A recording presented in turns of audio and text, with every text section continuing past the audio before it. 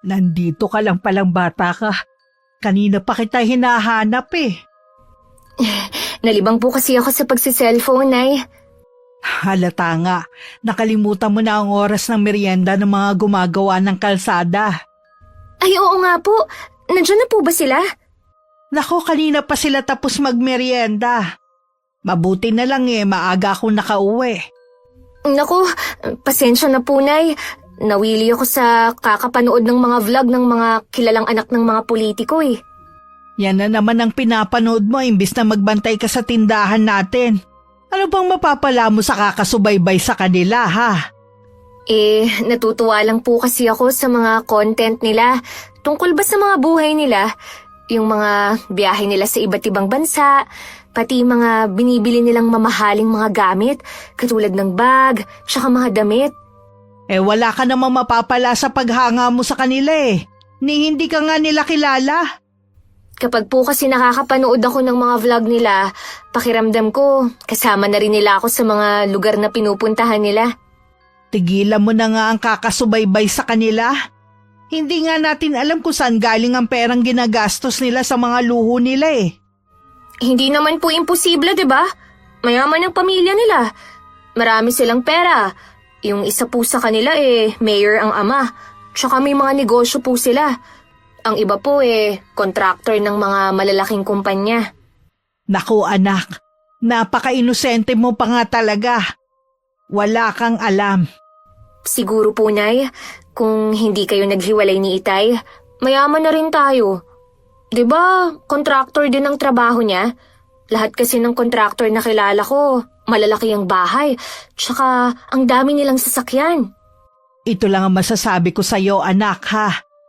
Kahit kontraktor pa ang Itay mo, hindi tayo yayaman gaya ng iniisip mo. Hindi siya katulad ng mga kilala mong kontraktor. Siguro nga po, dahil hindi nakakakuha ng magandang project ang Itay, kaya ganun. Ay, basta anak, tigilan mo na ang pagsubaybay sa mga yan, ha? Hindi naman sila makakatulong sa atin para umangat eh. Libangan ko lang naman po ang panonood ng mga video nila eh. Nakakamangha naman po talaga ang buhay na meron sila. Kahit naman po sino katulad ng buhay nila ang pinapangarap. May maraming bahay dito, tsaka sa ibang bansa. May private plane pa, at napakaraming mamahaling sasakyan. Ay, ang swerte naman nila, Nay. Nasa kanila na ang lahat. Huwag mong kainggitan ang buhay na meron sila. Hindi nga natin alam kung saan ba galing ang ipinagmamalaki nilang yaman. Saan pa ba manggagaling ang pera nila? Tama na nga ang usapan na to. Bantayan mo muna ang tindahan natin, ha? May gagawin lang ako sandali. Sige na nga po, Nay. Doon ko na lang itutuloy ang panonood ko. Kami na lang ni Inay ang magkasama sa buhay mula na maghiwalay sila ni Itay. Kahit nagbibigay naman ang tatay ko, madalang naman kami magkita dahil sa probinsya na siya nakatira. Mula nang mauso ang mga vlogger, sila na ang mga sinusubaybayan ko araw-araw. Ang paborito ko nga ang mga sikat na lifestyle vlogger, na paboritong ibida ang marangya nilang buhay na pangarap ng kahit sino. Ay, sana balang araw, maranasan ko rin ng ganyang buhay. Magsusumikap talaga ako para matupad ang pangarap ko. May sari-sari store si Inay na dati libangan lang niya. Pero ngayon kinukuhanan na rin namin ng pang-araw-araw na gastusin. Maliban pa doon, may 4 kaming paupahan na apartment. Kaya masasabi ko na maayos naman ang buhay namin kumpara sa iba. Malapit na po ang piyesta dito sa atin pero ang pangit pa rin ang kalsada. Wala tayong magagawa kahit magreklamo pa tayo. Kanino po ba kasing project yan? Kanino pa ba? Di kay Mayor Brent. Ay, kaya naman pala ang tagal. Kay Mayor pala. Alam nyo, kaduda-duda din ng biglang lobo ng yaman ng pamilyang yan eh. Ikaw na bata ka. Ayoko nagsasalita ka ng laban sa pamilya ni Mayor kapag nasa labas ng bahay natin. Mahirap na. Hindi natin alam kung sino ang nakadikit sa kanila. Alam mo naman dito sa atin, maraming balimbing. Hindi naman po lingid sa mga taga rito kung anong klaseng pamilya ang mga yun. Kita nyo nga, mula nang maging mayor yung si Brent, biglang naging mansyon ang bahay nila. Tapos, yung dalawang anak, sa abroad na nag-aaral. Buti sana kung hindi natin alam ang kabuhayan nila noong araw. Hindi natin sila pwedeng husgahan agad hanggat walang ebidensya. Hindi na po kailangan. Alam naman ng mga taga rito kung anong hokus-focus ang ginawa nila para yumaman ng ganun. Isa lang ang opinyon ko. Marumi talaga sa mundo ng politika. Kahit gaano pa kabuti ang intensyon mo sa paninilbihan sa tao, mababahiran talaga yun ng kontrobersiya. Kita mo nga ang lolo mo noon. Kahit anong pamimilit sa kanyang tumakbo bilang mayor hindi talaga siya napilit ng mga tao. Si lolo naman po, kahit hindi tumakbo, marami naman siyang natutulungan eh. Kaya nga, tsaka ayaw niya ng sakit ng ulo. Tsaka nay, yung kontraktor nitong kalsada na ginagawa, taga rito lang pala sa atin. Oo. Nung isang araw ko lang din nalaman. Nagtataka nga ako kung bakit kailangan ni sekreto pa eh. Malaki siguro ang kita ni Mang Nilo. Wala pang isang taon nakapagpatayo na ng malaking bahay. Kaya minsan, naiisip ko na kung hindi kayo naghiwalay ni Itay. Malamang, malaki na rin ang bahay natin. Bakit ba dyan na naman napunta ang usapan natin Kalsada ang topic natin kanina. Kaya ko lang naman po nabanggit itong kalsada dahil nga malapit na ang piyesta sa atin. Bala ko po kasing mag-imbita ng mga kaibigan. Pwede naman, unahan mo lang na ang pangit ka mo ng daan papasok dito sa atin. Ay, ganun na nga po. Lagi pa namang umuulan tuwing piyesta dito sa atin. Sigurado ang putik nun. Wag na lang kayong gumala nun. Dito na lang kayo sa loob ng bahay. Sa pagkakaalam ko, si Mang Nilo ay dating tauhan lang ni Itay. Dati ko rin ka-eskwela nung high school ang bunso niyang anak na si Arvie. Naalala ko pa nun, maliit lang ang bahay nila at pangkaraniwan lang ang buhay. Nagtataka lang ako kung paano nangyari na bigla silang yumaman ng ganong kabilis. Bigla rin nag-iba ang ugali ni Aling Elsa na dati nakakausap pa namin ni Inay. Sa amin kasi sila nangungutang nun ng bigas at delata. Ang bilis mo naman yatang umuwi ngayon. Tapos ka na ba mag-shopping? Konti lang na pamili ko Wala kasi yung bag na gusto ko. Baka bilihin ko na lang yun online. Dumating na ba si Megan at Lara? Wala pa ang dalawa mong anak. Baka gabihin na naman ang mga yun ng uwi. May mga bantay bang kasama? Oo, pinasama ko sina Andoy at Rocky sa kanila. Mabuti naman. Mahirap na kasi ang panahon ngayon. Mga babae pa naman ang mga anak natin. Siya nga pala, huwag mo munang babanggitin kahit kanino na paalis na sa 1 linggo ang anak nating si Arvie papuntang ibang bansa para doon mag-aral. Ha? Nasabi ko na sa friends ko Tsaka, sigurado ako na nagpa-despedida rin ang anak mo sa mga kaibigan niya. Wala naman sigurong masama kung malalaman ng ibang tao Totoo naman, nasa ibang bansa na mag-aaral ang anak natin. Hayaan mong mainggit sila. Hindi mo kasi naiintindihan Baka pagdudahan na tayo ng ibang tao kung saan nanggagaling ang pera natin. Bakit naman nila tayo pagdududahan? Siyempre, iisipin nila na sa trabaho mo galing ang pera natin. Sa bagay nga, bobo naman ang mga tao Kita mo nga sa pagpili pa lang ng iboboto. Paano? Katapat lang naman yan 500 o 1,000. Kahit nga wala basta tropa, iboboto nila. Oo nga. Kaya alisin mo na yung kaba mo. Wala ka naman sa politika Kaya puro sa gobyerno lang ang project na hawak ko nitong mga nagdaang buwan. Nasa likod mo naman si Mayor Brent. Hindi ka nun pababayaan. Ano ba yung hawak mo na yan? Listahan ito ng mga sasakyan. May gusto kasi akong bilhin kotse. Gusto ko sana na yun na lang ang iregalo mo sa birthday ko. May sasakyan ka naman Luma naman na yun. Gusto ko yung bago at mamahalin. Sige. Bibili natin yung sasakyan na gusto mo. Thank you, love! Ay, sigurado, naluluwa na naman ang mga mata ng friends ko kapag nakita nilang bago kong sasakyan. Basta para sa inyo ng mga anak ko, lahat ng gusto niyo ibibigay ko. Yumakap pa sa asawa ang babae sa sobrang saya. Isang buwan na lang kaarawan na niya. Malaking handaan ang balak niyang gawin para sa nalalapit na kaarawan.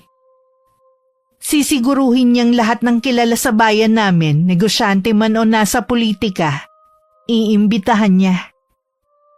Isang araw malakas na bagyo ang tumama at sentro ang lugar namin. Dati-rati naman hindi kami binabaha dahil mataas ang lugar namin.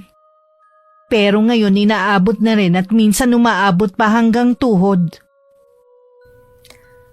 Ay, mabuti pa tong baha. Kahit ipagtabuyan mo na, ayaw pa ring umalis. Ito na ba ang tinatawag na forever? Nako, wag mong hangarin na hindi na humupa ang baha. Kung alam mo lang ang sakit na dala niyan at perwisyo na rin sa ating mga residente. 2 linggo na po ang baha na yan eh. Dati naman, hindi tayo binabaha. Bakit kaya ngayon ganyan na? Hindi ko nga rin alam anak eh. Ngayon nga lang nangyari to. Baka dahil malakas talaga ang bagyong dumaan. Kung kailan naman ginagawa pa ang kalsada natin, tsaka pa nangyari to. May sasabihin nga pala ako sa'yo. Muntik ko na makalimutan. Ano po yun eh? Sa 1 linggo na kasi ang birthday ni Elsa. Kukunin niya akong taga-selby sa kusina. Pumayag naman ako, sayang din yun eh. Akala ko naman po inimbita kayo para sa birthday niya.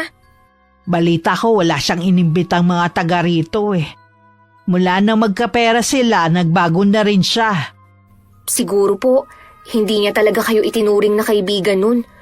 Hindi man lang niya naalala ang mga panahon na sa inyo siya tumatakbo kapag may kailangan siya. Hindi ko na iniisip yun. Ang importante, nakatulong ako sa kanila noon. Tsaka tinanggap ko rin yung trabaho para makapasok ako sa mansyon. Gusto ko rin kasi makita ang loob ng bahay nila eh. Kahit naman po sino hinahangad na makapasok sa bahay na yun. Kukwento ko na lang sa'yo kung ano ang itsura ng loob. Nay, baka naman pwede niyong banggitin kay Mang Nilo yung mga utang ng mga tauhan niya dito sa tindahan. Hindi ka mo natin alam na basta na lang lalayas ng walang pasabi. Sige, kukuha lang ako ng tiyempo para sabihin. Kahit kay Elsa para masabi niya sa asawa. Ang liit na nga lang po ng kita natin. Matatakasan pa tayo. Baka naman bumalik pa ang mga yon. Hindi rin naman kasi makakatrabaho kung baha nga naman. Naku Nay, umalis po sila bago pa bumagyo. Intensyon talaga nila na takasan ang utang nila sa atin. Kung sakali man na hindi natin makuha ang perang yun, ipasa Diyos na lang natin. Dumating ang araw ng birthday ni Aling Elsa. Maaga pa lang naroon na sa mansyon si Inay. At ilang pang mga kababaihan na inupahan para tumulong sa paghahanda. Ako muna ang bantay ng tindahan namin ng araw na yon. Nang mapansin kong kukonti na lang ang laman, pumunta muna ako sa bayan para mamili. Pagbalik ganun na lang ang gulat ko dahil may checkpoint papasok sa amin. Sabi ng bantay wala daw munang papasok dahil yun ang utos ng Ma'am Elsa nila.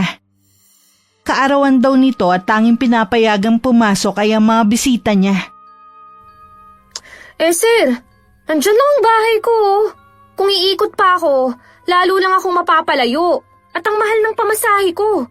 Ang dami kong dalang paninda para sa tindahan namin. Pambihira naman kayo. Baha na nga sinarhan pa ang daan. Pahirap naman yan sa aming mga residente. Ang dami ko pang sinabi pero hindi man lang naawa sa akin. Nakita kong ipinagtulakan ng ibang tao na nagpupumilit na makapasok. Kesa ma-high blood ako at dun pa mawalan ng malay sa inis. Napilitan na lang akong tumalikod at tumikot para lang makauwi. Nagsisisi din ako kung bakit ko pa naisipang umalis ng araw na yun. Dahil mas malalim ang baha sa dinaanan ko, basa ako nang umuwi sa amin. Inumaga na rin ang uwi si Inay at halata sa kanya ang matinding pagod. Wala na muna sana akong balak sabihin.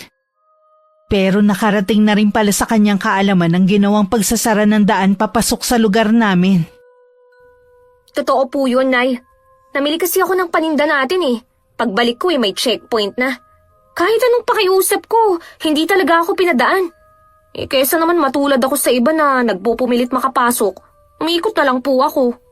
Hindi ko rin maintindihan si Elsa kung bakit kailangan pa niyang gawin yun eh. Sabi po ng bantay ayaw daw kasing maabala yung paparating na bisita. Yung mag-ama nga rin ni Aling Maring sa labas nagpalipas ng magdamag dahil hindi makapasok. Wala naman daw kasing pera para umikot pa. Galing pa naman sila sa pagpapa-check up. Nauna po siguro akong nakauwi sa kanila. Kung alam ko lang sana isinabay ko na sila. Grabe talaga sa perwisyo ang ginagawa nila. Mga walang awa. Sinabi mo pa. Tapos kanina hindi pa kami nabayaran dahil tulog pa. Babalik pa ako doon mamaya. Ano ba yan? Wala man lang konsiderasyon sa inyo. Hindi man lang ba niya kayo itinuring na kaibigan? Sa tingin ko hindi. Nasaksihan ko kagabi ang marangya niyang kaarawan. Nakita ko mga kaibigan niya hindi basta-basta. Hindi na natin siya maaabot pa. Ang layo na niya Kagabi nga nagalit sa akin dahil tinawag ko siya sa pangalan niya. Gusto niya Ma'am Elsa ang itawag ko sa kanya.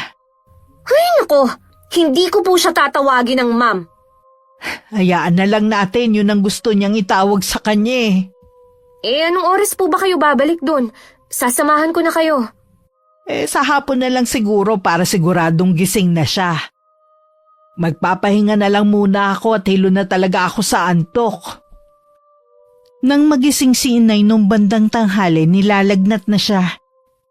Kaya ako na lang ang nagpresentang kunin ng bayad sa kanya kina Aling Elsa.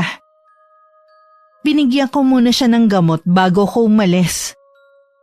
Pagdating sa malaking gate ng bahay, sinabi ko lang sa gwardyang nagbabantay na kukunin ko ang bayad para kay inay. Ayaw pa sana akong patuluyin. Mabuti na lang nakasabay ko si Aling Maring na kukunin din ng bayad. Nakadamit pang pangtulog si Aling Elsa at naghihikab pa nang humarap sa amin. Matagal-tagal ko na rin siyang hindi nakita.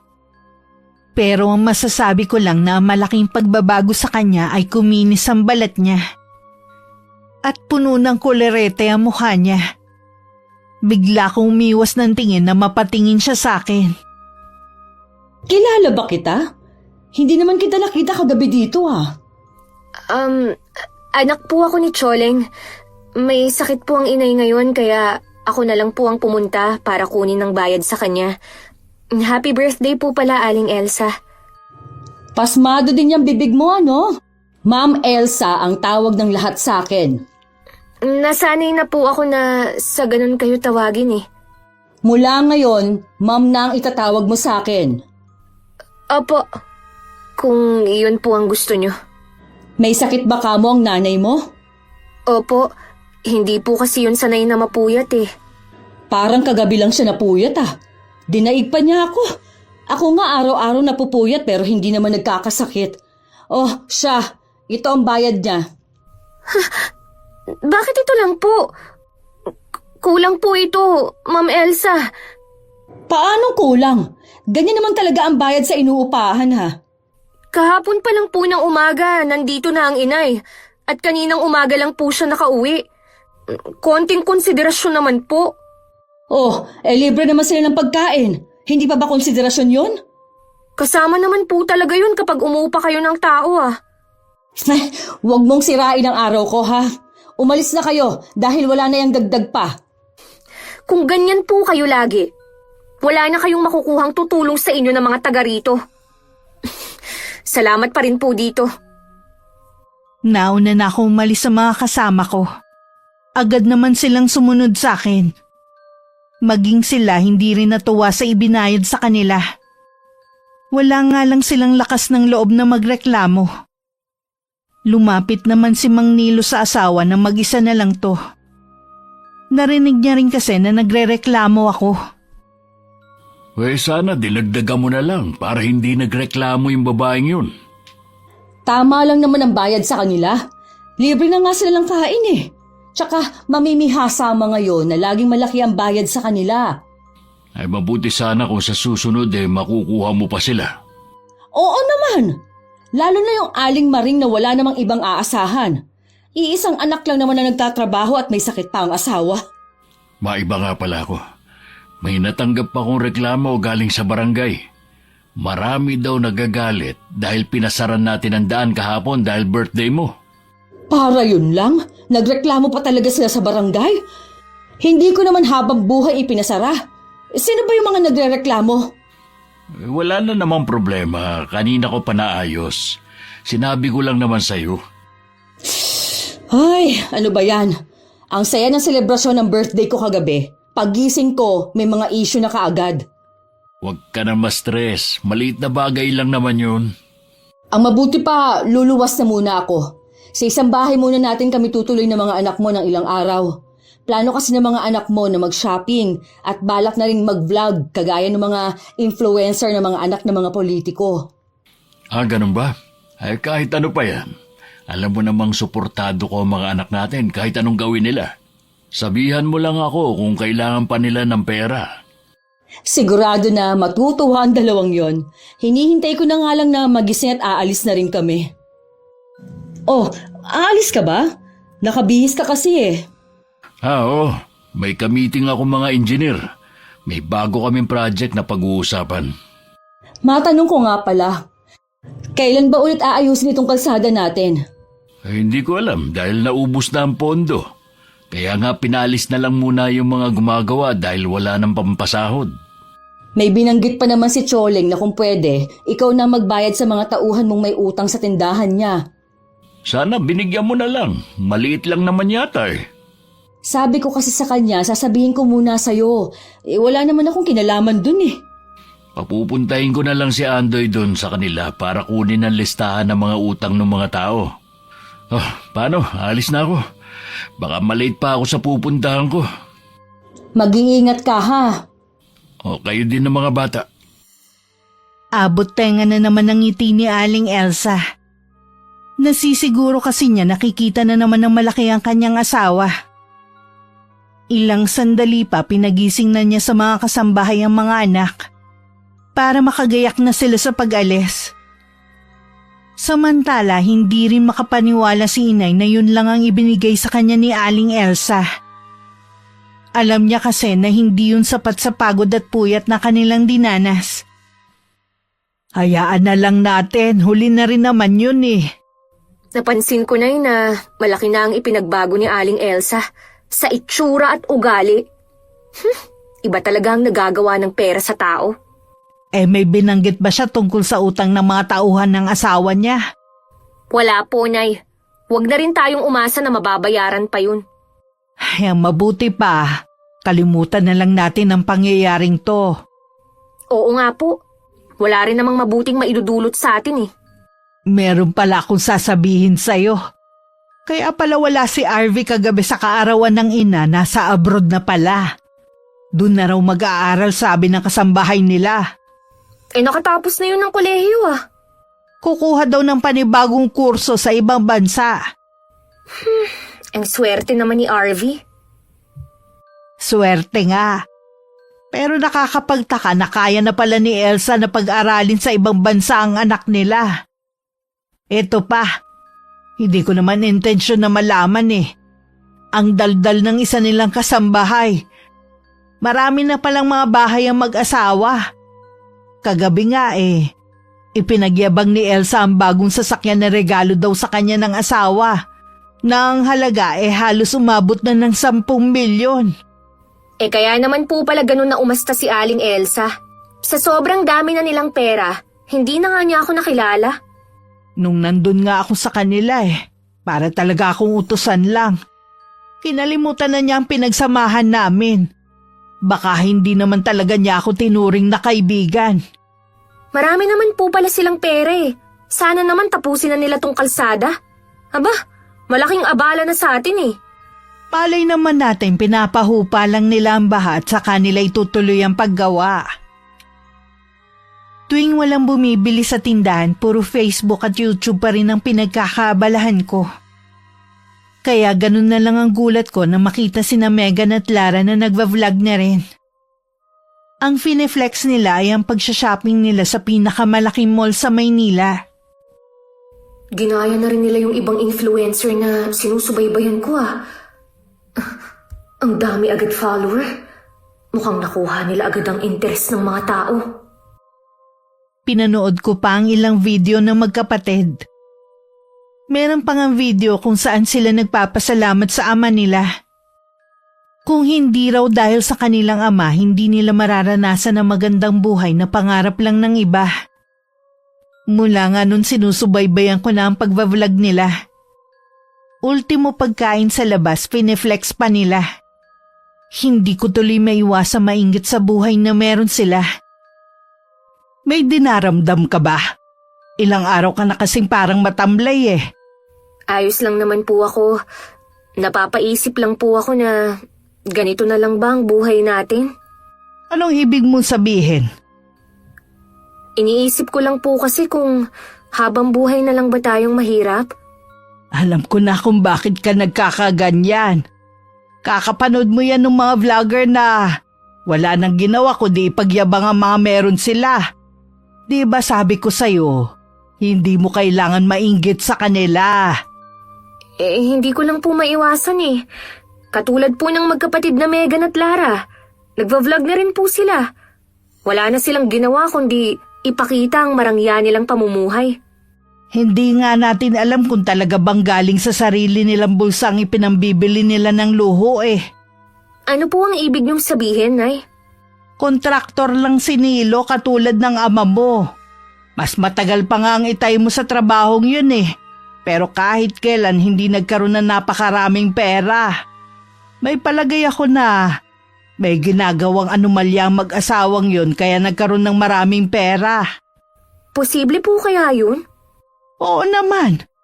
Ayoko sanang sabihin ito. Pero sa nakikita ko sa'yo, kinaiinggitan mo ang mga taong hindi naman pinaghihirapan ng perang pinambibili nila. Kaya pala iba ang kutob ko tuwing pinapanood ko ang video nila. Hindi ko lang maipaliwanag. Sorry, Nay ha. Pinag-alala ko patuloy kayo. Natural lang na mag-alala ko dahil nanay mo ko. Alam ko din na masigit mo pa silang mahihigitan dahil wala kang inaapakang tao. Opo, Nay. Magsusumika po ako para magtagumpay at para din sa inyo. 1 taon na lang naman po magtatapos na ako. Mabuti pa. Iwasan mo muna ang pagbababad sa social media. Hindi naman niya nakakatulong sa'yo Nakakasama pa nga. Libangan ko lang naman po ito, Nay. O sige, ikaw na ang bahala. Inabala ko na lang ang sarili ko sa pag-aaral at sa pagtulong kay Inay. Inisip ko na lang na maswerte pa rin ako dahil nakakapag-aral ako. At hindi nagugutom katulad ng ibang pamilya. Regular pa rin naman nagpapadala ang tatay ko at nakakaipon kahit papano. Lumipas ang mga araw, linggo at buwan. Tuluyan nang hindi naayos ang kalsada namin. Naiiwan yun na nakatiwangwang na lang. Tuwing umuulan din, madalas nang bahain ng lugar namin na lalong nakadagdag perwisyo sa mga tao. Dahil alam nilang si Mang Nilo ang kontraktor ng ginagawang kalsada, siya ang kinu-question nila. Nakasalubong ko sa labas si Kapitan. O ano ang sadya niya? Ang dami daw pumupunta sa kanya at tinatanungan tungkol sa inaayos na kalsada. Pati pagbaha sa lugar natin, kine-question na rin ng mga tao. Normal lang naman na bumaha dahil sa tag-ulan. Tungkol naman sa kalsada na yon, akala ko ba nagawa na ng paraan ni Kapitan? Oo nga kaya lang, laging nauungkat. Bakit hindi mo kausapin si Mayor Brent? Sa kanya naman ang project na yun Kung ako kasi ang tatanungin, mas gusto kong maayos na yon.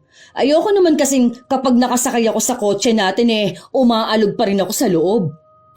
Hindi na matutuloy ang paggawa ng kalsada, wala nang ang pondo. Ha? Saan napunta? Binili na ng bago mong sasakyan at luho ng mga anak natin. Wala ka bang bagong project? Siyempre meron. Hindi ako mawawalan basta nakadikit lang ako kay Mayor. Yun naman pala Ang mahalaga, hindi tayo mawawalan. Alalahanin mo, hindi na sanay ang mga anak natin sa mahirap na buhay. At ayoko na rin bumalik sa panghihiram ng bigas tuwing walang kakainin. Huwag kang mag-alala, hindi na tayo babalik sa ganong klaseng buhay. Pangako ko yan sa inyo ng mga anak natin. Tuwing naaalala ko kasi ang pangyayaring yun sa buhay ko, nakakaramdam ako ng matinding hinanakit sa buhay. Hindi mo na kailangang alalahanin pa nakaraan. Magpapabigat lang yun sa nararamdaman mo. Pipilitin ko na hindi na alalahanin ang bagay na yon. Mabuti naman. Ayoko na pati ang mga anak mo mag-alala sa'yo. Ang mabuti pa, sa labas na lang tayo kumain ng hapunan para naman marelax tayo pareho. Kasalukuyan si inay ang nagbabantay noon ng tindahan nang dumating si Aling Elsa sa bahay namin. Labis naman ang ipinagtaka ni inay. Pero hindi niya yun ipinahalata kay Aling Elsa. May mga kasama pang bodyguard ng babae na dinaig pa ang mga nasa politika. Naligaw ka yata, Ma'am Elsa. Dito talaga ang sadya ko. May kailangan kasi ako sa'yo. Sabihin mo na kung anong kailangan mo. Maya-maya kasi dadagsana ang mga magmemeryenda sa tindahan ko Naghahanap kasi ako ng kasambahay. Pinaalis ko na kasi yung dalawa. Naalala ko yung anak mo. Baka gusto niya o di kaya kayo mag-ina para magkasama kayo sa trabaho. Nag-aksaya ka pa talaga ng oras mo para pumunta dito? Seryoso ako sa inaalok ko sa'yo kaya wag mo kong tawanan. Kita mo nga na may tindahan ako Ako pa talagang inaalok mo maging kasambahay sa mansyon nyo. Di yung anak mo na lang para naman makatulong sa'yo. Nakakatulong sa akin ng anak ko. At lalo pa niya akong matutulungan kapag nakapagtapos na siya sa pag-aaral. Nag-aaral pala ang anak mo. Hindi ko alam. Civil engineer ang kurso niya. Baka naman may mairerekomenda ka sa akin na pwedeng pumasok na kasambahay sa akin. Mali ka ng taong nilapitan mo. Kahit may kakilala pa ako, hindi ko mairerekomenda sa'yo dahil sa ugali mo. Ano bang problema mo sa ugali ko, ha? Huwag mong sabihing inggit ang pinagmumulan ng galit mo. Hindi ako maiinggit sa'yo kahit kailan. Talaga? Hindi ka naiinggit sa akin na may malaki akong bahay at meron din sa ibang lugar? Sa mga kotse ko at mamahaling gamit? Imposible na hindi ka mainggit. Hindi ako maiinggit sa taong galing sa nakaw ang ginagasta. Ano ka mo? Ulitin mo nga ang sinabi mo. Ang sabi ko, siguradong galing sa kaban ng bayan ng perang ginagasta nyo. Dahan-dahan ka sa sinasabi mo, ha? Baka nakakalimutan mo kung sinong kaharap mo. Hindi ko nakakalimutan yung mga panahon na itinuring kitang kaibigan at dinamayan. Hindi ko akalain na dahil sa pera magbabago ka. Hindi kita itinuring na kaibigan noon, lalo na ngayon. Tingnan mo nga, ang layo ng agwat ng buhay natin. Mabuti pa umalis ka na kung magyayabang ka rin lang naman sa kung anong meron ka ngayon. Tama ka nga, nag-aksaya lang ako ng oras sa pagpunta dito. Itong tandaan mo, Choleng, ha? Hindi mo mararating kung ano ang narating ko. Hindi talaga dahil hindi naman ako magnanakaw. Tingnan natin kung mapatunayan mo yung sinasabi mo. Oras na kasuhan kita. Nagpupuyos ang kalooban ni Aling Elsa na umalis sa bahay namin. Hindi na rin niya napansin na nakatayo lang ako sa gilid. Narinig ko din lahat ng kanilang usapan. Medyo kinakabahan din ako sa banta niya na kakasuhan niya ang inay. Nang makaalis ang sasakyan, tsaka lang ako lumapit. Samantala, galit na galit naman ninihagis ni Aling Elsa ang kanyang bag sa sofa pagdating sa kanila. Nagtataka naman na napatingin sa kanya ang asawa. Ano ba ang problema mo? Ginalit kasi ako ni Choleng Paanong ginalit? Nakipagkita ka ba sa kanya? Oo. Inaalok ko kasi sila mag-ina na pumalit sa dalawang kasambahay natin na umalis. Ang dami na kaagad niyang sinabi. Uy, ano naman ang mga sinabi niya sa'yo? Marami siyang sinabi, Nilo. Mukhang alam niya kung saan nanggagaling ang pera natin Hindi siya katulad ng iba na tanga at bobo. Tinawag pa nga niya tayo mga magnanakaw. Sa tingin ko ang asawa niyang si Ferdy ang nagsasabi sa kanya. Sa pagkakaalam ko, matagal na silang hiwalay. Malay mo naman na nagkakausap pa sila. Maraming alam si Ferdy tungkol sa akin at kay Mayor Brent. Binantaan ko siya nakakasuhan dahil sa mga sinabi niya. Hayaan mo na lang sana. Para lang siyang lata na walang laman. Anong silbi ng pera natin kung palalampasin lang natin ang ginawa niya? Inaalala ko lang si Mayor. Kailangan maging maingat tayo para hindi madamay ang pangalan niya. Huwag mong kalilimutan dahil sa kanya at sa mga binibigay niyang project, umangat ang buhay natin. O sige, hahayaan ko na lang ang babae na yon. May iba pa naman sigurong paraan para makaganti ako sa tsoling na yon. Eh kung may gagawin ka sa kanila, siguruhin mo lang na hindi masisira ang pangalan natin. Huwag kang mag-alala, mag-iingat na ako sa susunod. Ay, sa susunod na linggo pala, magbabakasyon ng magkapatid sa ibang bansa. Dapat kasi sumasama ka sa kanila eh. Eh di ba, may plano naman tayo umalis sa dalawa? Hihintayin ko na lang kung kailan ka hindi na busy sa trabaho. Malabo pa yun sa ngayon. Marami kasing project ang binigay sa akin ni Mayor na hindi na dumaan sa bidding. Eh dadami na naman sigurado mga mamahaling bagyong mag-ina. Alam mo naman na yun lang ang kaligayahan namin ng mga anak mo. Kaya nga kahit milyon pa ang halaga ng bawat isa, binibigay ko sa inyo. Plano ko nga palang bumili ng lupa para gawing rest house. O di ba meron na tayo? Wala namang masama kung dadagdagan pa natin. Sana sa susunod private jet naman ang bilhin natin. Huwag kang mag-alala. Nasa plano ko na rin yan. Kilig na kilig naman si Aling Elsa sa mga plano ng asawa. Pakiramdam tuloy niya para siyang nasa alapaap. Marami ding naglalaro na balak gawin kapag natupad na ang mga plano nito. Siguradong kaiinggitan na naman siya ng mga kaibigan niya. Nang mga sumunod na araw kahit masaya pa si Aling Elsa, hindi pa rin niya makalimutan ang mga ginawa ni Inay sa kanya. Gumagawa talaga siya ng paraan para pahirapan kami. Katulad na lang ng araw na yun. May mga taga-munisipyo ang pumunta at hinahanapan kami ng business permit. Hindi ba nila nakikita na ang liit lang ng tindahan natin? Dapat, yung ini-inspeksyon nila, yung malalaking tindahan o grocery. Mabuti nang sumunod na lang tayo kaysa naman pagmultahin nila tayo.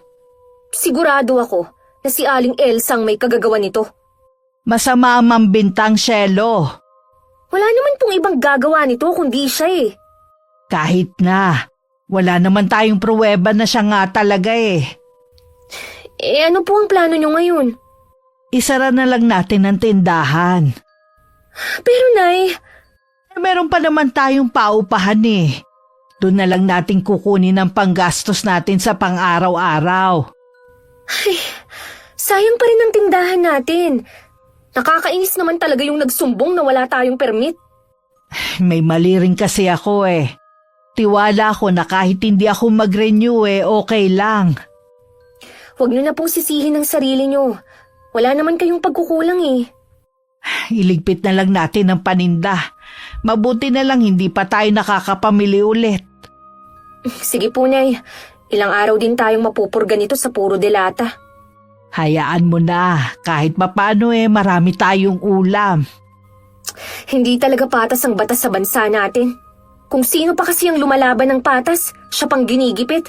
Samantalang ang iba, na harap-harapan na ang pandaraya, mas pinagpapala pa. May araw din sila at magbabayad din sila sa mga nagawa nilang kasalanan. Kung hindi man sila maparusahan sa lupa, sigurado sa takdang panahon. Hindi na lang ako umimik. Inumpisahan ko na rin tanggalin ang laman ng mga eskaparate. May lungkot akong nararamdaman ng mga sandaling yun. Hindi lang kasi yung tindahan. Para sa akin yun ang takbuhan ko kapag natatakot at nalulungkot ako. Marami pang ginawa sa amin. Pero sa lahat ng yun, tahimik lang si Inay. Hindi siya nagreklamo sa barangay. Dahil alam namin na hindi rin kami papanigan. Wala man lang ba tayong gagawin, Nay? Anong gusto mong gawin natin, gumante? Ano, susugurin natin ang bahay ng pamilyang yon? Sobra na po kasi sila sa ginagawa nila sa atin eh. Tayong maliliit lang naman ang kinakayan-kayanan nila. Kapag nakatapos ka na, aalis na tayo sa lugar na to. Yun lang ang naiisip kong solusyon kaysa patulan ng mga taong sakim. Pagdating sa kagipitan, wala man lang tayong malapitan na kahit sino. Hindi kita pinalaki na mahina at aasa lang sa ibang tao. Hanggat maaari gusto ko tumayo ka sa sarili mong mga paa para wala kang utang na dapat bayaran. Nag-aalala rin po kasi ako sa inyo eh. Paano po kung wala ako rito at saka sila bumalik? Wala pa namang pakialam ang mga kapitbahay natin. Hindi naman sa wala silang pakialam. Takot lang naman sila madamay. Lalo na ngayon, lalo pang yumayaman ng mag-asawa. Ipinangangalandakan pa ng mga anak nila kung anong meron sila.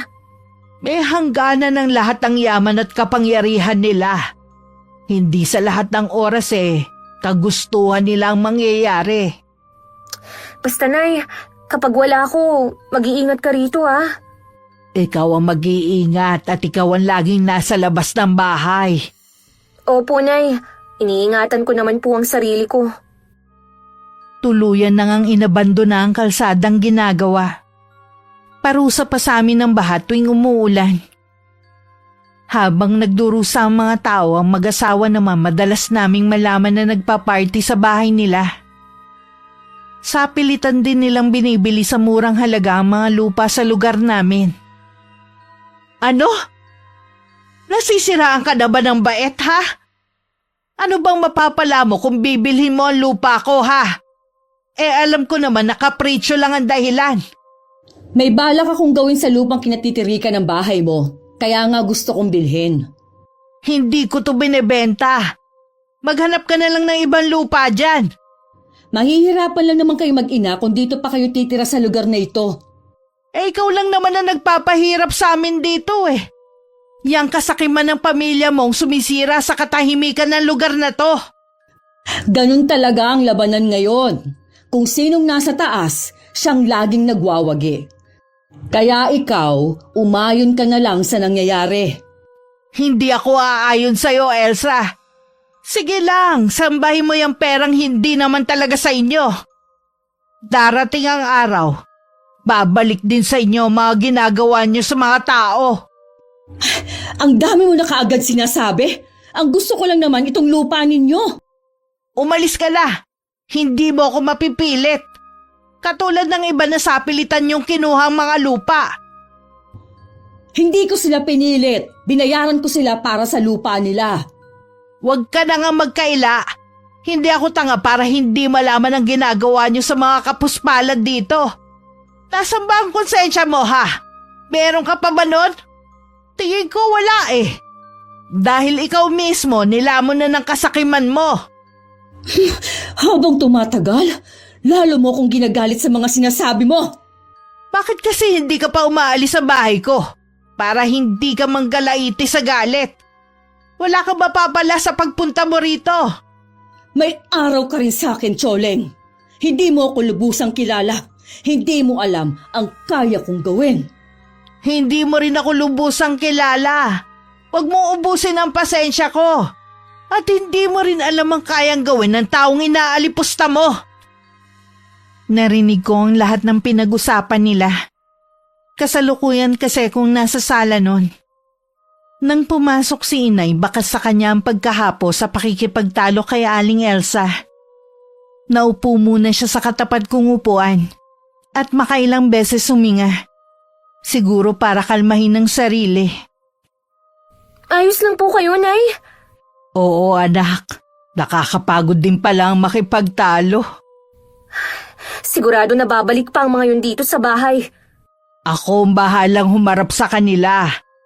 Mag-focus ka lang sa pag-aaral mo. Paano po kung meron silang pinaplano para mapilitan tayong umalis sa bahay na to? Magagawa nila lahat dahil marami silang pera. Pero hindi nila makukuha ang bahay at lupa natin. Mas gusto ko pang ibenta to sa iba. Dadalawa na nga lang tayo Ayoko na may masamang mangyari sa inyo. Alisin mo yan sa isipan mo. Walang masamang mangyayari sa akin. Naisip ko na ibigay na lang kaya natin ang lupang ito at saka tayo magpakalayo-layo. Ganun mo lang kadaling ipapamigay ang lupang pamana pa sa akin ng mga magulang ko? Maiintindihan po nila yun.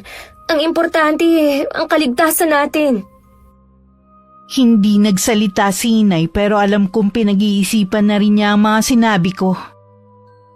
Samantala dahil sa patuloy na pagtanggi ni inay, lalo lang niyang ginalit si Aling Elsa.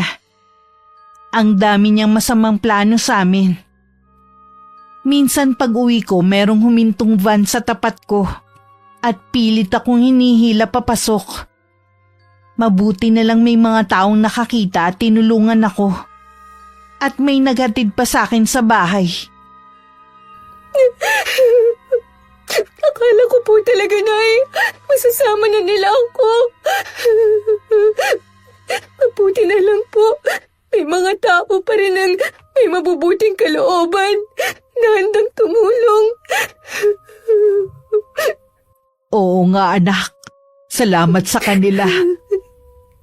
Sinamahan din po ako ng isang alis sa pulisya para magpa-blotter. Pasensya ka na anak kung wala ko sa tabi mo nung kailangan mo ko. Akala ko may ginawa ka lang kaya hindi ka pa nakakauwi.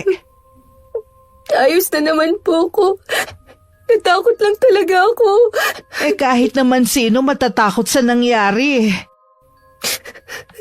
Sino po kaya sila? At anong kailangan nila sa akin?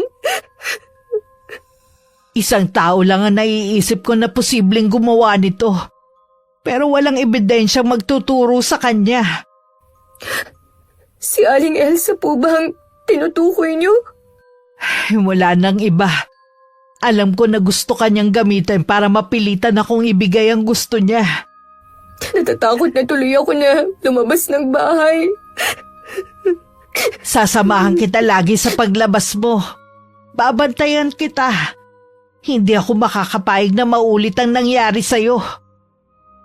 Nakarating naman kay Mang Nilo ang ginawa ng asawa dahil nagsumbong sa kanya ang isang tauhan. Galit naman na kinausap niya ang babae sa ginawa nito. Wala ka na ba sa sarili mo para gawin yun? Ang daming nakakita sa nangyari. Sinabihan na kita na mag-iingat ka sa ginagawa mo dahil hindi lang pangalan natin ang masisira. Pasensya ka na, Nilo. Desperada na kasi ako kung paano ako makakaganti sa tsoling na yon. Hanggang ngayon, nagmamatigas siyang ibenta ang lupa niya. Yun lang ang dahilan mo para ipadukot ang anak niya, ha? Ang babaw naman ang dahilan mo. Tapos yung mga kinuha mong tauhan, puro palpak naman. Huwag ka na magalit sa akin. Hindi naman masisira ang pangalan mo dahil sa nangyari. Walang nakakaalam na akong nasa likod sa tangkang pagdukot sa babaeng yun. Bakit mo ba pinag-iinteresa ng lupa ng mag-inang yun? Ang dami namang lupa. Gusto ko lang kasi na mawala na sila dito. Wala akong pakialam kung saan sila mapunta pa. Basta ako, ayoko na silang makita. Dagdagan mo inaalok mo sa kanila para mapilitan silang ibigay ang hinihingi mo. Basta huwag ka nang gagawa ng ganong bagay. Oo na, hindi ko na gagawin yun. Nadala lang kasi ako ng nararamdaman ko Hindi na rin napigilan ni inay na hindi sugurin si Aling Elsa. Hinintay lang niya na makaalis ang asawa nito bago siya nagpaalam sa gwardya. Sinabi lang niya na inaasahan siya ng amo at pag-uusapan nila ang tungkol sa lupa. Naniwala naman ang gwardya at pinapasok na siya. Anong ginagawa mo dito? Paano ka nakapasok? Pinapasok ako ng gwardya niyo. Sabi ko lang na inaasahan mo ang pagdating ko. Nagsinungaling ka pa talaga para lang papasukin ka. Bakit ka ba nagagalit ha? Ikaw nga basta ka nalang sumusulpot sa bahay ko Magkaiba yon. Ano ba kasi ang kailangan mo? Sabihin mo na at marami akong gagawin. Alam ko na ikaw ang gustong magpadukot sa anak ko. Ang lakas naman ng loob mo na pumunta dito at akusahan ako. Dapat talaga, nun pa kita kinasuhan nang madala ka. Gawin mo ngayon para sumingaw ang bahong tinatago niyo mag-asawa. Akala mo yata walang nakakaalam sa mga anomalyang ginagawa ninyo. Puro ka bintang, hindi mo naman kayang patunayan yung mga paratang mo. Alam niyo naman yan pero sakim kayo ng buo mong pamilya. Bulag kayo sa paghihirap ng mga tao basta nasa maayos kayong kalagayan. Ayaw mo tumigil, ha? Sige, tatawag ako ng pulis. Ano naman ang ikakaso mo sa akin, ha? Mas marami kayong kasalanan ng pamilya mo. Walang ginagawang masama ang pamilya ko. Kung ano man ang nakikita mo, galing ito sa sipag at tiyaga ng asawa ko. Naiinggit ka lang kasi hindi nyo narating ang ganitong estado ng buhay. Samantalang kontraktor din ang dati mong asawa at mas nauna pa. Matino at tapat kasi sa trabaho niya ang dati kong asawa. Kaya hindi siya yumaman. Ang mabuti pa, patunayan mo na lang yung mga akusasyon mo. Hindi yung puro kakuda. Balang araw lalabas din ang katotohanan. Sa ngayon maniningil muna ako sa ginawa mo sa anak ko. Hindi ako papayag na saktan mo ng kahit sino ang anak ko. Sinabi na nga wala akong alam sa sinasabi mo. Guard! Guard! May nakapasok dito! Hindi mo kailangan sumigaw. Nasabi ko na ang sadya ko. Aalis na rin ako. Magbabayad ka sa ginawa mo ito, Choling. Tandaan mong sinabi ko. Bago pa sumugod si inay sa mansyon ng mag-asawa, may nakahanda na siyang plano.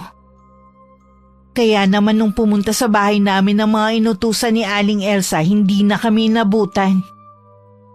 Lalo naman nang gagalaiti sa galit ang babae nang malaman na naisahan namin siya ni inay. Bakit ba sumisigaw ka dyan?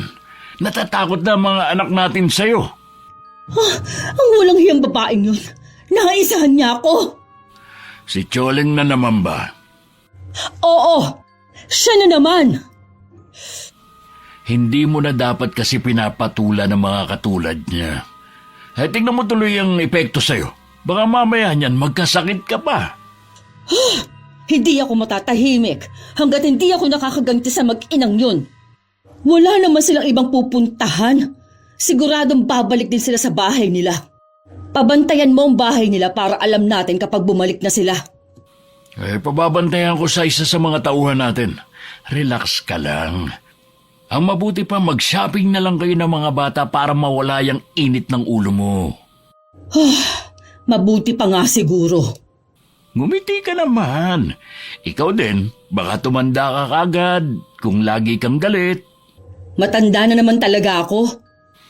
Kaya nga lalo kang tatanda niyan.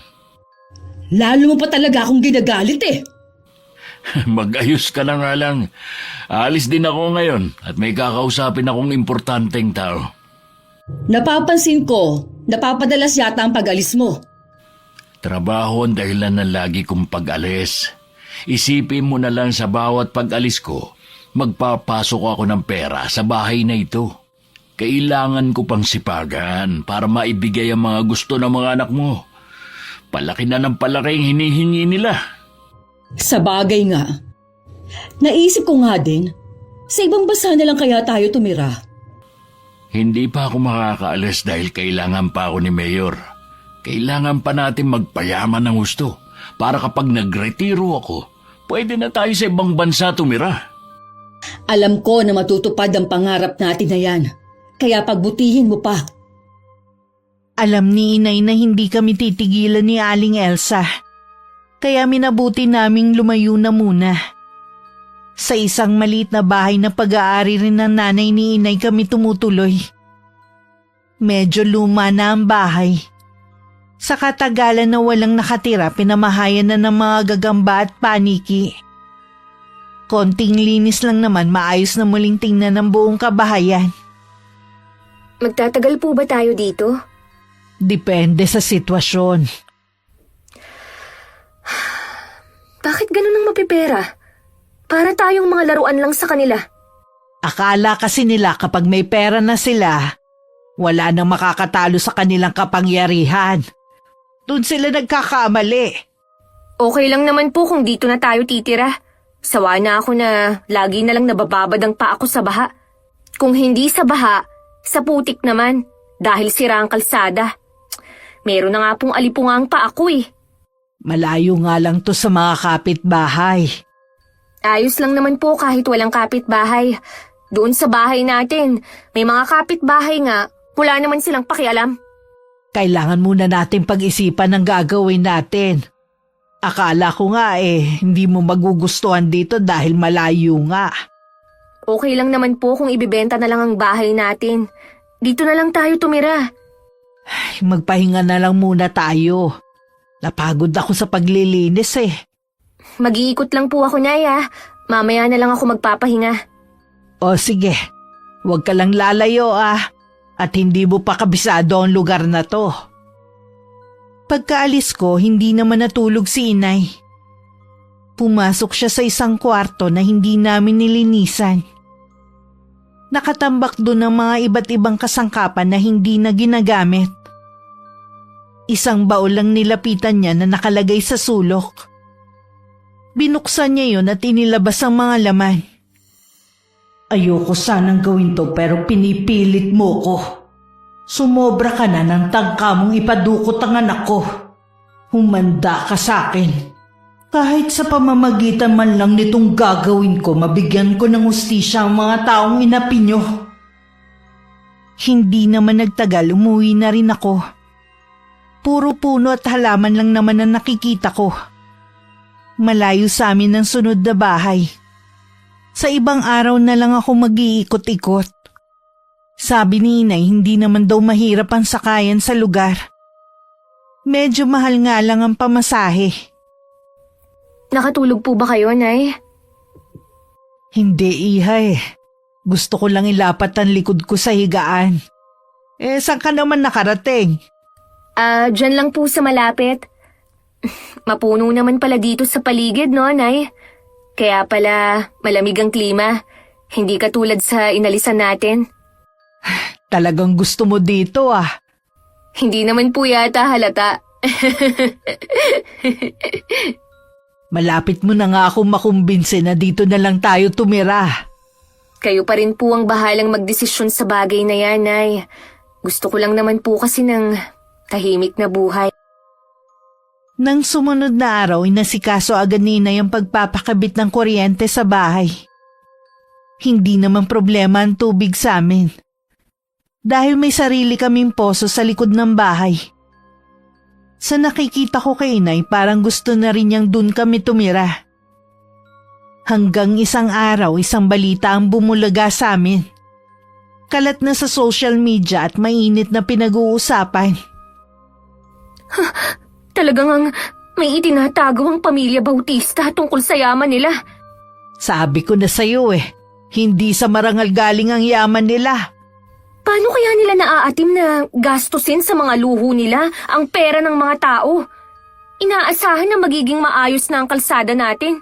Yun pala, ibinulsa na nila yung pera kaya hindi na natuloy ang pagpapaayos. Ayon pa sa balita maraming ghost project ang kinasangkutan ni Mang Nilo. Yan na ang umpisa ng pagbagsak ng pamilya nila. Sus! Sa dami po nang nakulimbat nila paanong bagsak ang mangyayari sa kanila? Mauubos din ang yaman na lagi nilang ipinagmamalaki. Kahit estudyante pa lang po ako, alam ko na malaki na ang ambag ko dahil nagbabayad na rin ako ng tax. Paano nila nasikmura na pag-interesa ng pera ng mga tao? Hey! Naku! Nakakagigil naman! Ang sobrang kasakiman ng mga namumuno at mga galamay nilang nagpapahirap sa ating mga maliliit na tao. Kung pwede nga lang silang parusahan ora mismo Kaya lang, panig nga palang hustisya sa mapipera. Hindi man sila maparusahang lahat. Kahit makaganti man lang sa mag-asawang Bautista. Paano pong ganti ang gagawin nyo? Bahala na. Nasabi ko lang naman yon dahil sa matinding galit Hindi ko pa rin kasi makalimutan ang ginawa nilang pagtatangka na dukutin ka. Kung talagang tama ang akusasyon sa kanila, dapat ikulong na sila bago pa makaalis ng bansa. Yun nga ang dapat. Pero mabagal ang mga tagapatupad ng batas dito sa atin Nang mga sandaling yun, nagpapanik na rin si Aling Elsa sa bahay nila. Ang mga anak naman nila na dinudumog ng bash sa mga social media account nila ay nag-deactivate na muna dahil sa walang tigil na pagbato sa kanila ng masasakit na salita. Anong gagawin natin, Nilo? Mawawala ang lahat ng ito sa atin? Pati ang mga anak natin nakakaranas na rin ng pambubuli sa mga tao. Huminahon ka muna. Nag-iisip na ako ng paraan. Sabi ng mga bata, susunod na lang daw sila kay RV sa ibang bansa. Natatakot na rin sila dahil nakakatanggap na sila ng pagbabanta. Hindi na nga sila makalabas ng bahay Mabuti pa nga at sumama ka na rin sa kanila. Hindi kita pwedeng iwan dito. Dadamayan kita sa lahat ng oras. Salamat naman at tanda ka pa ring damayan ako. Asawa mo ko. Nangako tayo sa isa't isa noon na magmamahalan at magdadamayan habang buhay. Ayoko lang kasi kayong madamay ng mga anak natin. Di ba alinang ako na lang ang managot sa lahat ng mga pagkakamali ko? Kaya mo lang naman nagawa yun dahil gusto mo kaming bigyan ng masaganang buhay. Kaya lang dumating na ang araw ng paniningil sa atin. Huwag ka mag-alala. Malilinis rin ang pangalan mo. Hindi ka naman siguro pababayaan ni Mayor Brent. Pati nga siya binabatikos ngayon at ang pamilya niya. Paano kaya nila nalaman ang mga katiwalaan ninyo? May isang tao na matagal na kaming sinusubaybayan at kumukuha lang ng tiyempo kung paano kami pababagsakin. Siguro, matagal nang may inggit sa'yo ang taong yun. Bakit hindi na lang siya pumanig sa inyo? Sigurado pang maaambunan siya. Maprinsipyo talaga ang taong yun. Hindi mo siya mabibili kahit buong yaman pa ng Pilipinas ang ialok mo sa kanya. Kilala mo ang taong nasa likod ng lahat ng to? Oo, si Ferdy. Siya ang nakipagkuntsabahan sa isang mayor din para masilip ang mga proyektong binigay sa amin. Ang dating asawa ni Choling? Ang walang hiyang yun. Nagparamdam ulit para sirain ang buhay natin. Ay, sumpain siya! Isama na ang mag-inang yun. Pinapahanap na nga si Ferdy kung nasan siya ngayon. Wala na siya sa probinsya nila eh. Hindi kaya magkakasama silang tatlo? Kaya bigla ring nawala ang mag-ina? Posible din na magkakasama silang nagtatago ngayon. Lalo tuloy nadagdagan ng galit ko sa mag-inang yun. Humanda sila. Oras na makita ko sila. Bumalik si Inay sa dati naming bahay para kunin ang ilang gamit na naiwan. Meron din siyang kinausap na kaibigan para tulungan siya kung paano maibebenta ang bahay namin. Kinuha na rin niya ang bayad sa upa sa mga apartment. Paalis na sana siya nang biglang dumating si Aling Elsa. Sa wakas, nagpakita ka rin. Ang laki ng atraso mo sa amin. Ikaw ang may atraso sa amin ng anak ko. Nakalimutan mo na bang ginawa mo? Nakakapagsisi nga na hindi nadukot ang anak mo. Hayop ka talaga! Wala kang kasing sama! Para kang walang anak na babae Hindi na nakapagpigil si Inay. Nasabunutan na niya si Aling Elsa. Gumanti naman ang babae at doon na lumapit ang driver nito. At tinulak si Inay habang inaalalayan ng amo. Agad namang tumayo si Inay habang matalim ang titig sa kaharap. Ang lakas sa loob mong saktan ako! Sino ko ba sa akala mo, ha, Choleng? Maaaring wala ako sa paningin mo. Pero ako hindi umangat dahil sa pagnanakaw. Anong sinabi mo? Imbis na pinag-aaksayahan mo ng panahon ng pagpunta mo rito, bakit hindi mo nalang harapin ang patong-patong na kaso ng asawa mo? Sigurado naman ako nakasama ka rin sa mga gumawa nun. Patutunayan ko sa'yo at sa iba pa na malinis ang konsensya namin. Wala kaming ginagawang masama. Sa marangal na paraan namin nakuha ang yaman namin. Yung mga taong nagsasabi na galing sa nakaw ang pera namin, sila yung matindi ang inggit sa amin.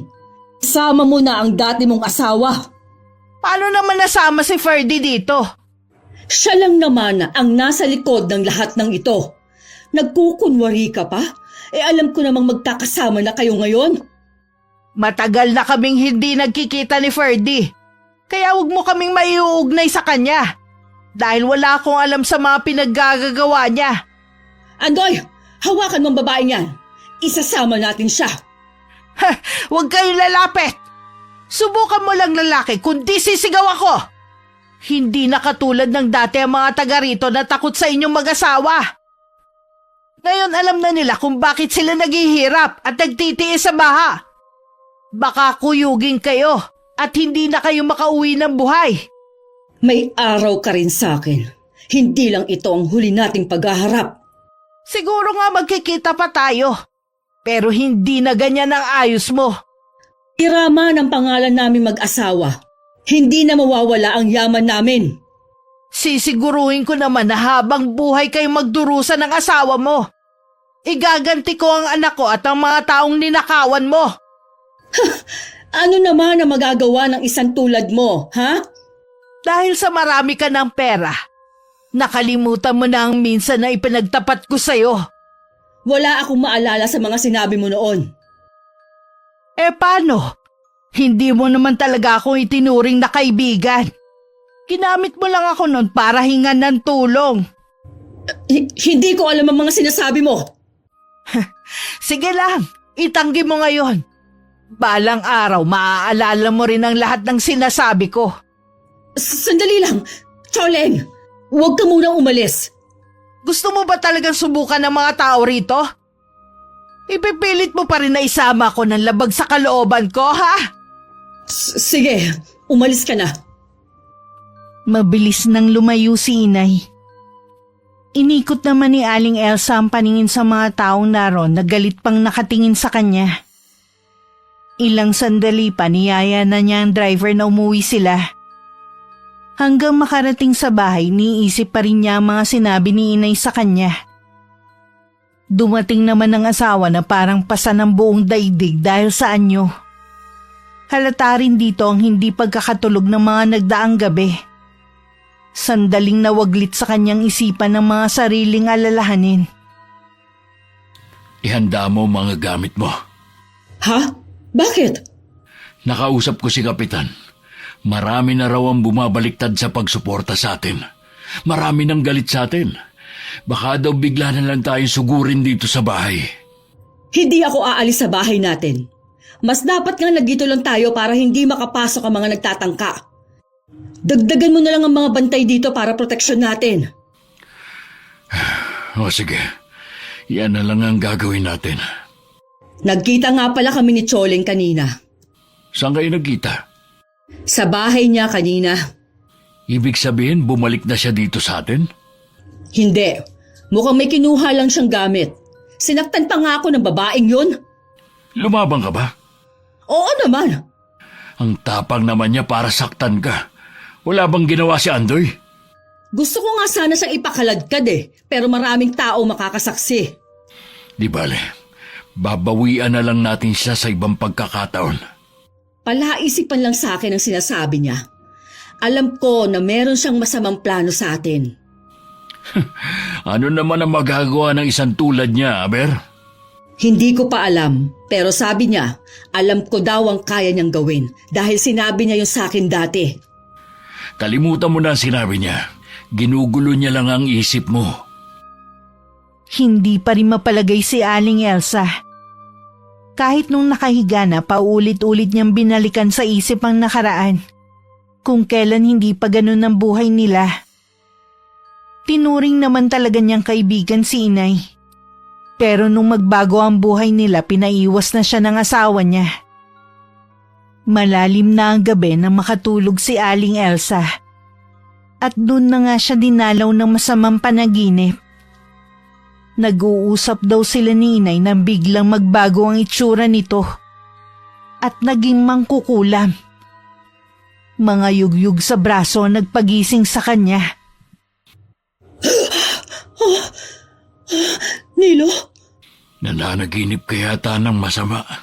Umuungol ka kasi. Oo. Naalala ko na ang sinasabi ni Choleng. Ano ba ang napanaginipan mo? Nilo, naalala ko na may alam pala sa itim na karunungan si Choleng. Sa akin lang niya sinabi yun. Inaral daw niya yun sa lola niya. Sigurado ka ba dyan? Oo, sigurado ako. Anong gagawin natin? Alam kong maghihiganti siya sa atin. Kung totoo yung sinasabi mo, katapusan na natin. Pwede nating takasan ang galit ng mga tao pero hindi siya. Kahit saan tayo magtago, masusundan niya tayo. Anong gagawin natin? Kailangan natin siyang mahanap para makahingi ng tawad. Ikaw naman kasi, bakit mo siya ginalit? Gusto mo pang ipadukot ang anak niya. Ilang beses na kitang sinabihan na huwag mo na siyang patulan pero sumigi ka pa rin. Huwag mo na akong sisihin pa. Natatakot na nga ako eh. Ipapahanap ko siya. Kung kailangang magbayad ako ng malaking halaga, gagawin ko. Bilisan mong paghahanap sa kanya. Baka bilang na lang ang mga araw natin. Bakit ba sunod-sunod ang mga problemang dumarating sa atin? Matatapos din ang mga ito. Ang paghahanap muna kay Choling ang unahin natin. Masasabi kong tahimik at masaya naman kami sa bago naming tinitirhan. Sa social media na lang din kami nakikibalita sa mga ganap sa mag-asawang Bautista. May kumakalat din na tsismis na umalis na rin daw ang 2 anak ng mga to papuntang ibang bansa para takasan ang panguusig ng mga tao. Wala nga lang patunay kung totoo nga ang balitang kumakalat. Ibig pong sabihin, silang mag-asawa na lang ang nakatira sa malaking bahay nila? Tsaka yung mga kasambahay nila, syempre. Tigas din ang mga mukha nila, no? Nakausap ko nga yung kakilala natin dun eh. Yung pinagbabantay ko ng bahay natin. Handa raw magbayad ang mag-asawa sa kung sino makakapagturo ng kinaroroonan natin. Ginawa naman nila tayong parang kriminal, samantalang sila itong maraming atraso. Eh kahit ubusin pa nila ang yaman nila sa paghahanap sa atin, hindi nila malalaman kung nasan tayo. Ang laki na nga ng problema nila. Nag-aaksaya pa talaga sila ng panahon para hanapin tayo. Hayaan natin silang mabaliw sa kakahanap sa atin. Oo nga, no, Nay. Ay, nako. Ibibilad ko na nga muna tong mga nilabhan ko para matuyo na agad. May kutob ako kung ano ang dahilan ng paghahanap niyo sa amin. Siguro naalala na ni Elsa ang sinabi ko noon na lihim na pagkatao ko. May sinasabi ka ba, Nay? Ah, wala anak. Ituloy mo na ang ginagawa mo. Pupunta muna ako sa kusina, ha? Lumipas ang mga araw at linggo. Hindi pa rin kami natatagpuan ng mga taong inutusan ng mag-asawa na hanapin kami. Habang tumatagal para nang mababaliw sa kakaisip si Aling Elsa. Habang ang asawa naman, abala sa mga kaso na kailangan harapin niya. Hindi kaya nagsinungaling lang sa'yo si Choling noon? Sana nga, nagsinungaling na lang siya sa akin. Pero masama ang kutob ko. Tigilan mo na kasi ang pag-inom ng alak. Hindi naman kasi nakakabuti yan eh. Kaya din kung ano-anong pumapasok sa isip mo. Yan lang kasi nagpapalimot sa akin kaya kailangan ko ang alak. Pareho lang tayo ng pinagdadaanan. Kailangan mo maging matatag.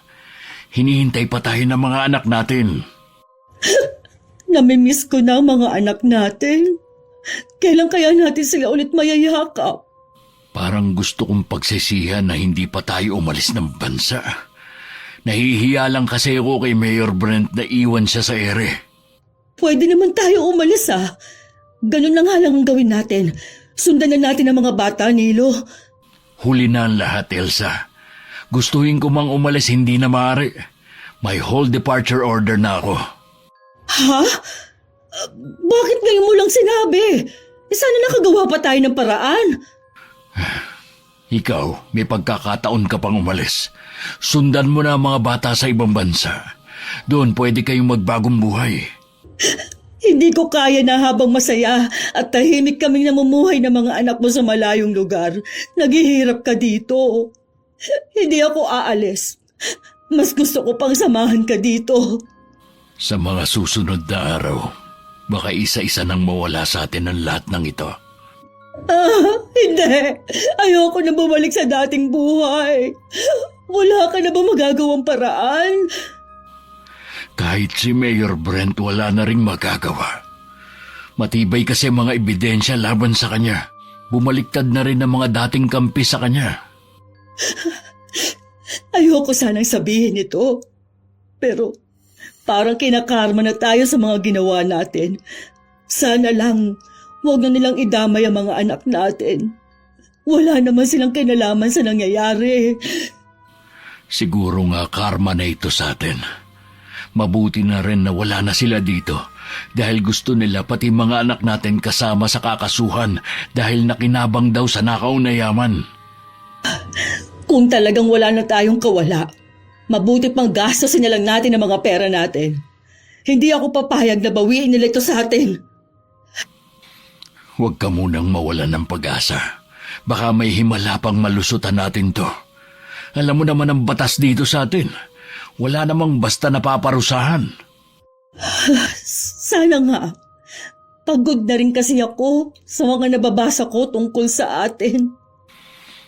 Mabuti pa magpahinga ka na. Tigilan mo na yung pag-inom mo. Uubusin ko lang itong isang baso. Sige na, mauna ka nang pumasok. Sigurado ka ba? Oo, papasok na rin ako maya-maya. Magpapahangin na lang muna ako dito. Nang mapag-isa'y tinuon na lang ni Aling Elsa ang buong atensyon niya sa iniinom. Pinagmasdan din niya ang paligid. Parang sumisikip ang dibdib niya sa naiisip na mawawala na sa kanila ang lahat. Iinumin na sana niya ang natirang alak sa baso nang matigilan siya. Nakarinig kasi siya ng kaluskos sa mga halaman. Wala naman siyang pag-aalinlangan na lumapit. At ganun na lang ang takot niya nang bumungad sa kanya ang isang napakalaking buhaya. Isang malakas na sigaw ang bumulahaw sa gabing yun. Agad naman siyang sinaklolohan ng asawa. Ano nangyari? Bakit ka sumigaw? Merong malaking buhaya dyan. Muntik na niya ako makain. Ha? Paano naman magkakaroon ng buhaya dito? Lasing ka na nga yata. Mabuti pa, pumasok na tayo sa loob. Maniwala ka sa akin. Totoo may buwaya dyan kanina. Sobrang laki niya at nakakatakot ang mga ngipin. Sige, para mapanatag ka, titignan ko. Nandyan yun sa likod ng mga halaman na yan. Mag-iingat ka, Nilo. Ayan o, hinawi ko na. Wala namang buhaya. Imahinasyon mo lang yun. Sabi ko naman kasi natigilan mo na ang kakainom mo. Sigurado ako sa nakita ko. Malabong magkaroon ng buhaya dito. Tara na, pumasok na tayo sa loob. Bukas din gusto kong ipatabas mong lahat ng halaman dito. Masyado na malagaw mga to. Hindi na natin nakikita ang paligid. Sige, bukas na bukas din, pagagawa ko yan. Nung gabing yon dinalaw na naman ng masamang panaginip si Aling Elsa. Sari-saring nakakatakot na mukhang nakikita niya. Pilit siyang hinihila sa madilim na parte. Nagigising na lang siyang sumisigaw at umiiyak. Kahit ang asawa labis na rin nag-aalala sa kanya. Lingid sa kanila ang inay ang nasa likod ng nangyayari kay Aling Elsa. Isang orasyon yun na natutunan ni inay sa lola niya. Sa pamamagitan ng ginagawa niya, paulit-ulit na dadalawin ng masamang panaginip ang taong inoorasyonan. Hanggang nakakakita na rin siya ng mga bagay na imposibleng mangyari. Kulang pa yan sa mga dinanas sa mga kababayan natin. Kayong mag-asawang magbabayad ng malaki. Ang kasakiman niyo ang siyang magdadala sa inyo sa hukay. Hindi na rin nakakakain si Aling Elsa. Hindi kasi masarap ang tingin niya sa mga nakahain sa kanya. Mabaho din ang amoy ng mga pagkain sa harapan niya kaya lalo siyang nawawalan ng ganang kumain. Kung hindi ka kakain, magkakasakit ka. Hindi ko kasi alam kung anong nangyayari sa akin eh. Pagkatapos ng almusal natin, pupunta tayo sa doktor para matignan ka. magpapunta ka na lang ng doktor dito sa bahay. Ayoko kasing lumabas ngayon. Nangihina ako. O sige, tatawagan ko si Dr. Ruiz. Itatanong ko kung pwede siyang pumunta dito. Hindi kaya si Choling ang may kagagawa na nangyayari sa akin? Kalimutan mo na ang babaeng yun. Magdasal ka kasi. Ano ka mo? Magdasal? Sa tingin mo kaya, pakikinggan pa ba tayo, ha? Malay mo naman, yun na lang ang makakapagligtas sa atin. Pera na lang ang sinasamba ko. Wala nang iba pa. Ang mabuti pa, kumain ka na lang. Baka prutas na lang ang kainin ko. Wala talaga akong ganang kumain ngayon. Siya nga pala. Tumawag na ba ang mga anak natin? Oo, tulog ka nang tumawag si Arby. Kumusta sila doon? Okay naman sila doon. Kaya lang hindi na rin sila nakakalabas ng apartment nila. Bakit naman? May mga Pinoy daw kasing nakakilala na sa kanila. Hindi magandang natatanggap nilang mga salita sa mga yun. Ano? Kawawa naman ang mga anak natin. Nag-aalala nga din ako sa kanila. Binalaan ko si Arvy na ingatan ng mga kapatid. Akala ko pa naman maayos na ang lagay nila doon. Sapat naman ang pera nila. Kung sakali may masamang mangyari sa atin dito, hindi sila magugutom. Huwag na lang silang uuwi dito sa atin. Mas gusto ko pang habang buhay na silang hindi makita kaysa kasama nating magdusa. Mamaya, tatawagan ko rin sila. Gusto ko rin marinig ang kanilang mga boses. Nakikiusap ako sa iyo, Elsa. Alang-alang sa mga anak natin. Kailangan mo magpalakas. Huwag mong hayaan na dapuan ka na sakit. Kaya kumain ka na kahit wala kang gana. Sige na nga, alang-alang sa mga anak natin. Kahit magkanda-duwal-duwal na, pinilit pa rin kumain ni Aling Elsa ng pagkain. Yun nga lang pagkatapos mabusog, isinuka rin niya yun. Labis siyang nagulat at nangilabot nang makita na may mga kasama na buhay na uod ang suka niya. Agad niyang tinawag ang asawa. Totoo ba yan? Oo, Nilo. May sakit na nga yata ako. Baka yun ang dahilan kung bakit ako walang ganang kumain. Parating na rin naman si Dr. Ruiz. Malalaman na natin kung ano ba talaga ang sakit mo. Samahan mo na lang ako sa garden. Gusto ko muna magpahangin. O sige, hindi naman ako aalis ngayon. Maghapon kitang sasamahan. Pagdating sa garden, pareho sila natigilan ng mag-asawa. Nagkatinginan pa nga bago ibinalik ang tingin sa harapan nila. Akala ko ba pinatabas mo ng mga halamang yan? Oo nga. Nandito ako nung linisin yung garden kahapon. Hindi ko alam kung ano nangyari. Bakit bumalik sa dati lahat? Ngayon lang nagkaroon ng kababalaghan sa bahay nito. Alam ko na hindi ito nagkataon lang. Malakas ang kutob ko na kagagawa nito ni Choleng. Hanggang ngayon, hinahanap pa rin siya ng mga tauhan ko. Sa palagay ko, nasa malayong lugar na sila. Ganun talaga kapag nagtatago. Mahirap hanapin. Dumating na pala si Dr. Ruiz. Mabuti at nang matignan ka na niya. Pumasok ka na sa kwarto mo. Sasalubungin ko lang siya.